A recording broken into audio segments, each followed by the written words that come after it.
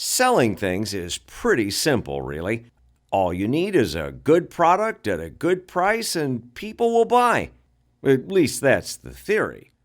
When the product's a multi-million-dollar business airplane, though, the process of connecting with customers is a bit different from trying to sell a Chevy or a BMW. Aircraft manufacturers tend to bring the airplane to the customers, although sometimes customers flock to see the airplane. And there goes Bill Tiger to Stephanie and Strega, 6-time national championship winner right here.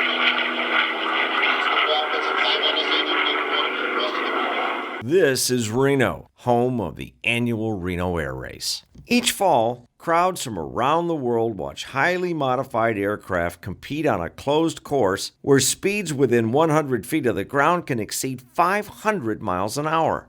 The aircraft are moving so fast, in fact, that it's often impossible to identify what just flew by. On the ground, though, between events, air shows like Reno can double as new airplane showrooms, where builders park new aircraft so buyers can get up close and personal. But with so much adrenaline already flowing at Reno, potential buyers want to see their jets in action.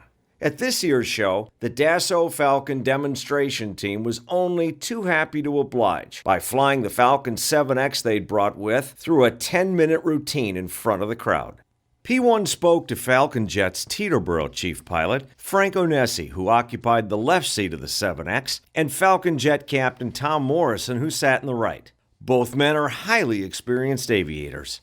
We asked Frank Onesi first, why bother to bring a business jet to an air race? There's a lot of exposure at Reno because of all the aviation enthusiasts that visit Reno every year for the air races, directors, the flight departments, you have chief pilots, of course, and a lot of Falcon operators as well that show up for that event. So it was decided by management to, hey, let's bring an aircraft there, and it initially started possibly with just having the aircraft as a static for the audiences, and then eventually it turned into a demonstration.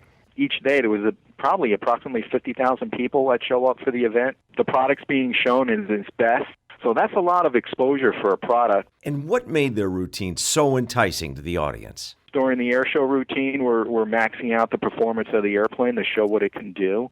The crowd loved it, and they found the performance of the airplane incredible. Even at the hotel, for instance, I had told Tom there was a couple that were having breakfast one morning, and they said, hey, are you guys the Falcon crew that flew that 7X? The show is spectacular.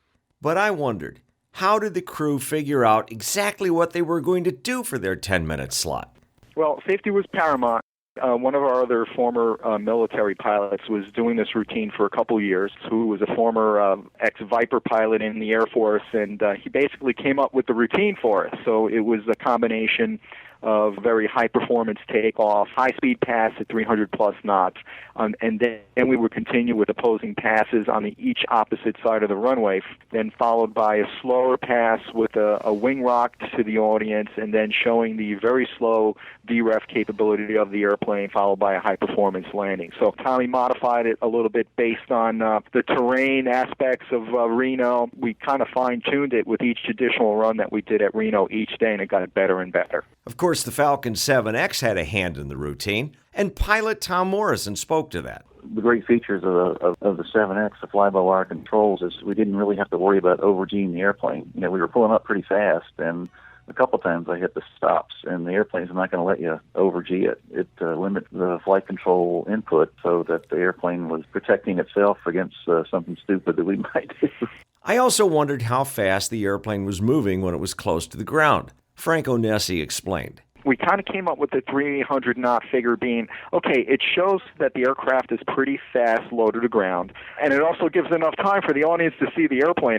So what we try to do is, on the high-speed low passes, is just as we hit the 300-knot plus mark, we throttle back, and then the airplane goes by the audience super quiet. I also wanted to hear some details about the landing at Reno. We wanted to show the short field capability of the airplane, and so Tom and I always kind of planned to try to get off midfield. I mean, the runway there at Reno is not the longest, but it's not the shortest, but we always planned to get off midfield, and that usually worked out because the grandstands are right at midfield. So we'd actually try to go a little bit long and then try to plan a very short landing and make the first turn off there at midfield at the runway. Tom Morrison explained just a couple of those Falcon jet pilot tricks that they used to close their demo at Reno this year. When we turn off in front of the grandstand, point the nose of the airplane into the stands and flash the landing lights and rock the controls back and forth, we couldn't hear it, but it looked like there was a lot of cheering going on. They were waving their hats and flags and everything. That everybody was very excited to see that. Of course, no audio show ever does justice to an air show. And in case you were wondering what this Falcon 7X routine looked like, we've put a link to a Dassault-created video right here on the web. For P1 at the Reno Air Races, I'm Rob Mark.